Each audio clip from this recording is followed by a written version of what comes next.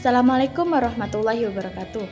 Halo semuanya, bagaimana kabar kalian hari ini? Semoga kabar kalian baik ya. Nah, sebelum itu perkenalkan kami dari kelompok 5 mata kuliah ilmu jiwa akan mempresentasikan hasil makalah kami yang berjudul Persepsi, Ilusi, dan Halusinasi. Nah, sebelum itu perkenalkan nama saya Lili Sri Utami. Di sini saya sebagai moderator dan pemateri pertama. Nah, tanpa berlama-lama mari kita lanjut ke materinya. Nah, sebelum itu, apa sih itu persepsi dan apa saja faktor-faktor yang dapat mempengaruhi persepsi? Nah, persepsi adalah proses otak dalam menerima, mengolah, menafsirkan informasi dari indera. Nah, adapun faktor-faktor yang dapat mempengaruhi persepsi, yang pertama ada bottom of up processing atau stimulus sensorik, yaitu persepsi yang dimulai dari rangsangan indera, contohnya cahaya yang masuk ke mata. Yang kedua ada top down processing atau pengalaman dan pengetahuan sebelumnya, yaitu persepsi yang dipengaruhi oleh pengalaman, pengetahuan, dan harapan individu. Nah, adapun yang ketiga atensi atau perhatian, yaitu kemampuan memfokuskan perhatian pada satu stimulus dan mengabaikan yang lain. Dan yang keempat ada motivasi dan emosi, yaitu keadaan emosional dengan dorongan mempengaruhi cara seseorang menafsirkan stimulus. Nah, yang kelima ada konteks sosial dan budaya, yaitu nilai, norma, dan lingkungan budaya membentuk cara individu memaknai sesuatu. Yang keenam ada ekspektasi atau prediksi otak, yaitu otak membentuk harapan dan perkiraan terhadap kejadian sebelum terjadi.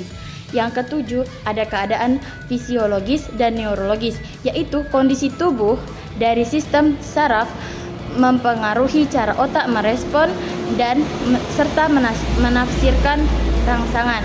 Yang kedelapan atau yang terakhir ada lingkungan fisik. Nah, lingkungan fisik adalah segala sesuatu di sekitar manusia yang bersifat nyata dan dapat dirasakan secara langsung, seperti udara yang dibutuhkan untuk bernapas. Nah, itu adalah materi dari persepsi. Semoga teman-teman mengerti ya. Assalamualaikum warahmatullahi wabarakatuh. Perkenalkan, nama saya Eka Suci Rahmadani dengan NIM 105281104525. Saya akan menjelaskan tentang pengertian ilusi dan faktor-faktor yang mempengaruhinya. Apa sih itu ilusi? Ilusi merupakan keadaan ketika panca indera menangkap sesuatu secara keliru, sehingga apa yang kita lihat, dengar, atau rasakan tidak sesuai dengan kenyataan sebenarnya. Ilusi dapat dikategorikan menjadi 3, yaitu yang pertama ilusi optik, yaitu distorsi visual yang membuat objek terlihat berbeda dari kenyataan. Kemudian yang kedua ilusi auditori, yaitu kesalahan dalam menafsirkan suara, seperti mendengar kata yang berbeda dari yang sebenarnya diucapkan. Kemudian ada ilusi taktil, yaitu kesalahan dalam persepsi sentuhan, seperti merasa disentuh padahal tidak. Kemudian faktor-faktor yang mempengaruhi ilusi ada 7. Yang pertama, kondisi fisik lingkungan.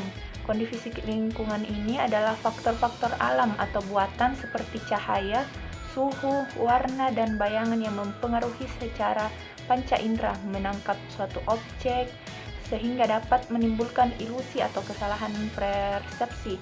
Contohnya, bayangan tertentu bisa membuat benda tampak lebih besar atau lebih kecil dari aslinya. Kemudian yang kedua, struktur dan fungsi otak. Otak memiliki area khusus yang memproses informasi sensorik seperti korteks visual di lobus occipital. Contohnya adalah ilusi Muller-Lyer, di mana dua garis yang sama panjang tampak berbeda karena petunjuk geometris yang mempengaruhi penilaian otak. Kemudian yang ketiga, prinsip Gestalt dalam persepsi visual. Teori Gestalt ini menyatakan bahwa otak cenderung mengorganisasi informasi visual berdasarkan prinsip seperti kedekatan, kesamaan, penutupan, dan kelanjutan. Contohnya ketika melihat lingkaran terputus-putus tapi tetap terlihat utuh karena otak melanjutkan pola yang hilang. Kemudian yang keempat, adaptasi sensorik dan kelelahan neuronal. Adaptasi sensorik ini yaitu penyesuaian indera terhadap rangsangan terus-menerus.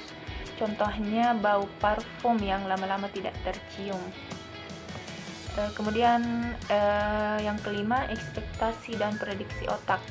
Otak tidak hanya menerima informasi, tetapi juga memprediksi apa yang akan terjadi berdasarkan pengalaman dan pola yang dikenali.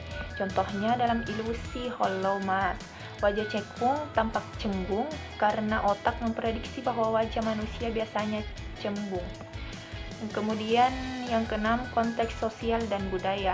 Konteks sosial dan budaya dalam ilusi adalah pengaruh lingkungan, kebiasaan, dan nilai budaya terhadap seseorang mempersepsikan sesuatu.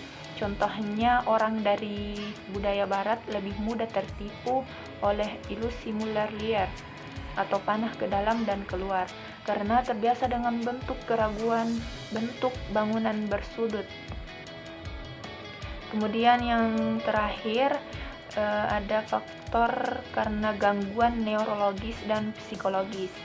Gangguan ini dalam ilusi yaitu kesalahan persepsi yang muncul akibat gangguan pada fungsi mental atau saraf otak. Contohnya penderita skizofrenia bisa melihat bayangan atau bentuk yang tidak nyata, dan penderita epilepsi kadang mengalami ilusi visual secara sebelum kejang terjadi.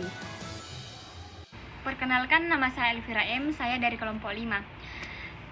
Saya akan membacakan pengertian halusinasi.